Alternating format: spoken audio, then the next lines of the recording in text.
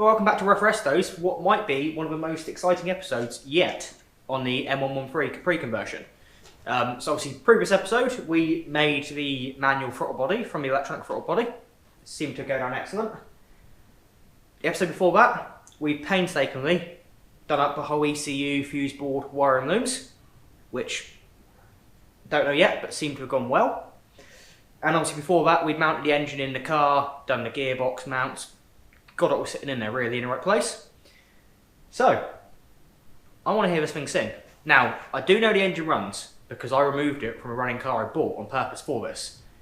Or did run. Obviously, all the Mercedes electronics now are gone.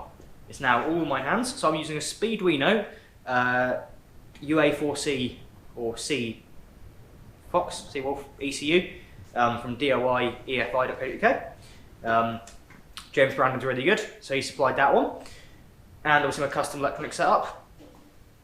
Because the ECU only supports 4 channels, we can only run this thing in wasted spark mode. So 4 channels, 8 cylinders. And we're trying to use all 16 spark plugs.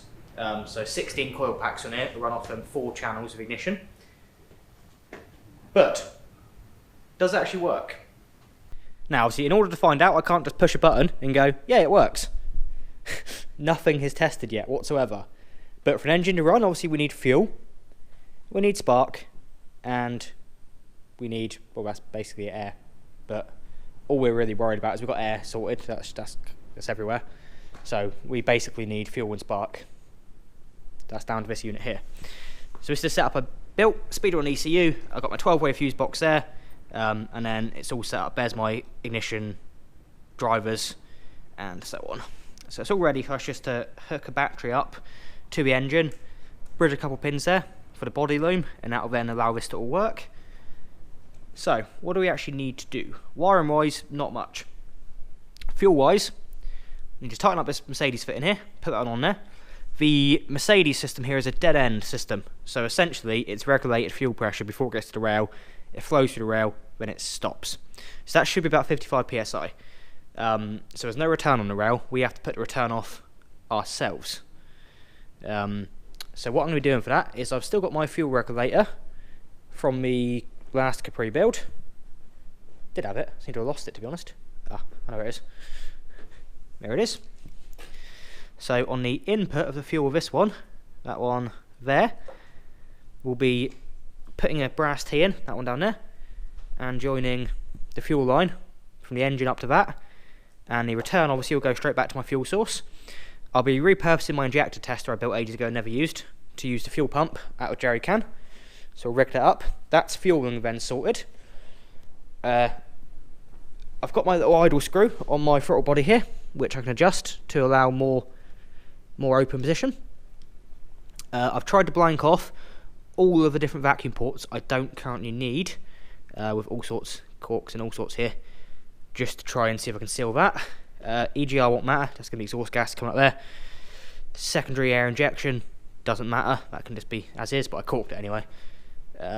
Coil plugs, injectors all wired up. Coolant temperature sensor broken, not much I can do about that. I'm going to just try and join it onto there as a temporary so we get a reading. I've got a new belt, no idea if it fits yet. The solenoid here I've got for the intake and the oil pressure switch, obviously they're not connected up yet, but that doesn't matter yet. They're there just so I can see if they work. Same with the idle control valve, that's not actually plumbed in yet, but electrically it's there. So, I think if I rig up the fuel system now, put the belt on, and make things safe, and start rigging up some power really. The computer's decided to do updates, which is fantastic. Oh, we're not making any progress on these updates. That's not ideal. Because I wanted to update Tuner Studio as well, and obviously I need to put the newest firmware on ECU and start building a map for it. It's all going to take time, but we're currently now like 5 odd o'clock on a... yeah, almost 5 o'clock on Bank Holiday Monday. And ideally I need to get an early night for work tomorrow because I've had a long weekend and I'm knackered. How well could this possibly go? Is it going to fire? Let's find out.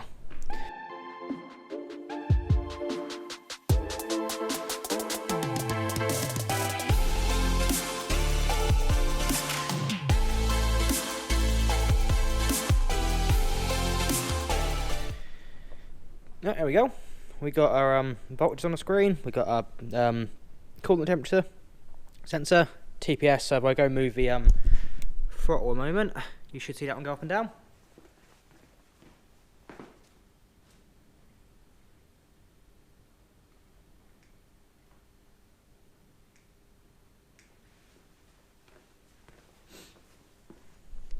Although there is a slight delay, so the first part of the sensor does nothing. So I'm going to need to rotate the sensor, or the bolt that the sensor goes into, in order to sort of take up that first bit of slack. So obviously the first bit of the sensor obviously doesn't do anything. So need to configure that, but that's minor little bits and bobs. So electrically, obviously, I think I've been sort of putting in the engine parameters in a minute. I think I'm good, but one, I need to test the fuel system for leaks and put some fuel in it.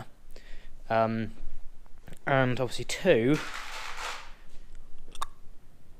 we need to try to work out its timing. So I'm going to quickly Google and see if there is any actually timing indicators on this engine. It'd be really nice if there was, but I'm not sure if there will be, to be honest.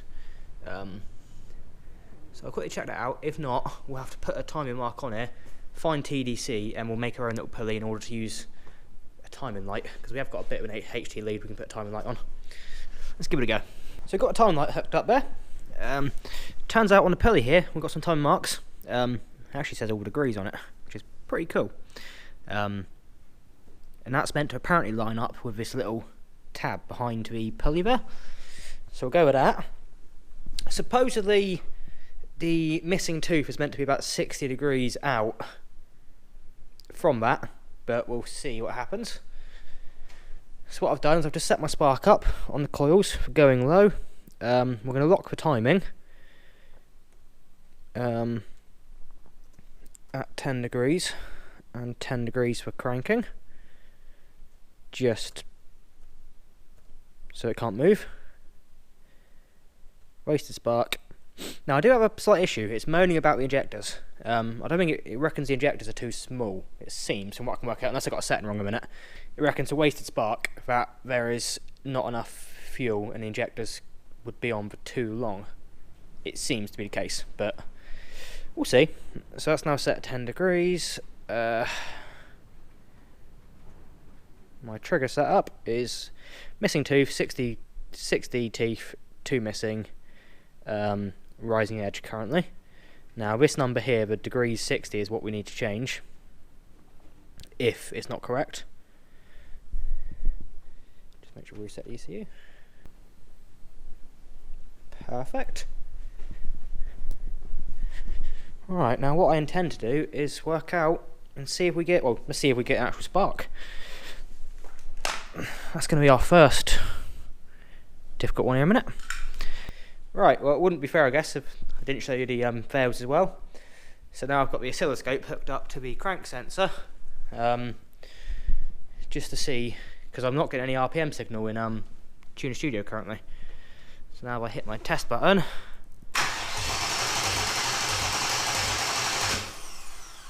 shows we've got a signal there. So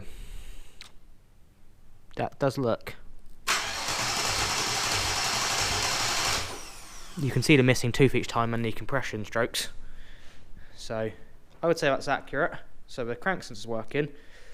Why is the ECU not getting a crank signal? So it turns out I do actually have a signal now. Gun set at 0 degrees, it's set at 10 degrees.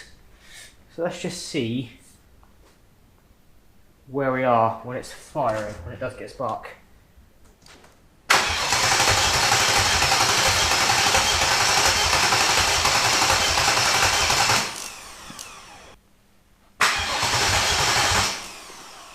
Most definitely got a spark.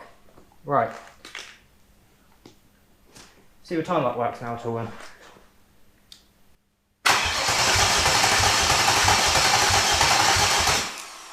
Nah.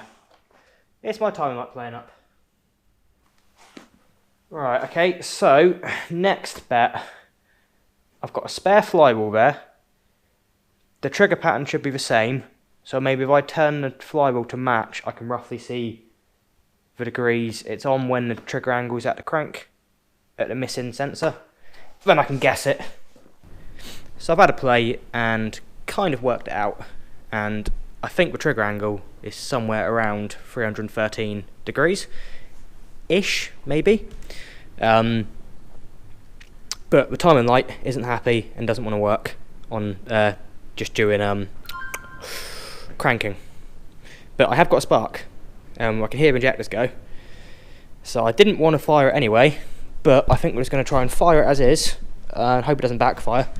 And just, yeah, I think just give it a go.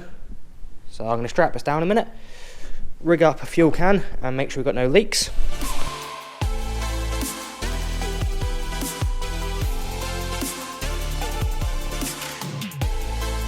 No idea if timing's right, nothing. So let's just go for it.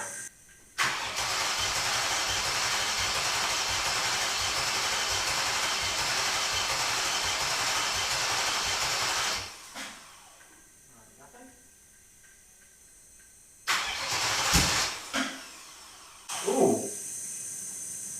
Ooh.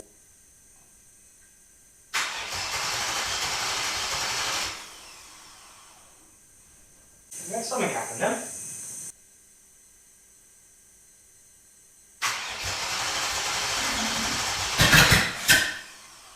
Oh.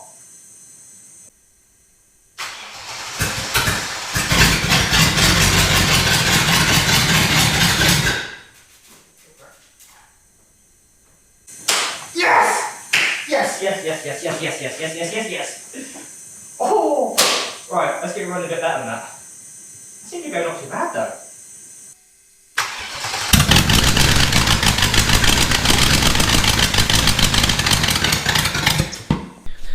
Right, well, I know I couldn't get it to idle by itself, but obviously bearing in mind there's still loads of factors. I haven't yet proved it's all definitely firing all 8 cylinders correctly and such. Haven't managed to get the timing set perfectly yet. As for the rest of the tune, that's, you know, you're starting from scratch. That's a lot to work out. So according to Tuner Studio, the injectors are too small for it, so I'll probably have to go order some bigger injectors as well, because they're firing in batch fire, so they need to fire twice in one cycle, so it reckons it probably can't open and close them for the maximum it will need to within the period it has, if that makes sense. I'll triple check that. I might have vacuum leaks currently. Obviously I'm still setting up the sensors. The polarity could be wrong on the crank sensor. It could be, you know, I could have the edge, leading edge, trailing edge wrong. There is so many variables and things that you need to set up obviously to get this running perfect. Without a cooling system on it, I'm playing the sort of danger game really.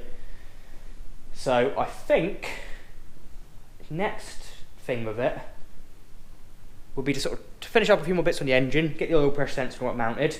My auxiliary belt I put on, it's a bit too slack, so I can either add another tensioner to it, or I might try and get a slightly smaller belt, which would make sense. Rig up all the idle control valve and all the other solenoids, and get it to a point where I can put it back in the car, and then I can start doing the cooling system. Once I've got a cooling system, I can then play around with it a lot more, can't I? And I don't have to risk damaging the engine.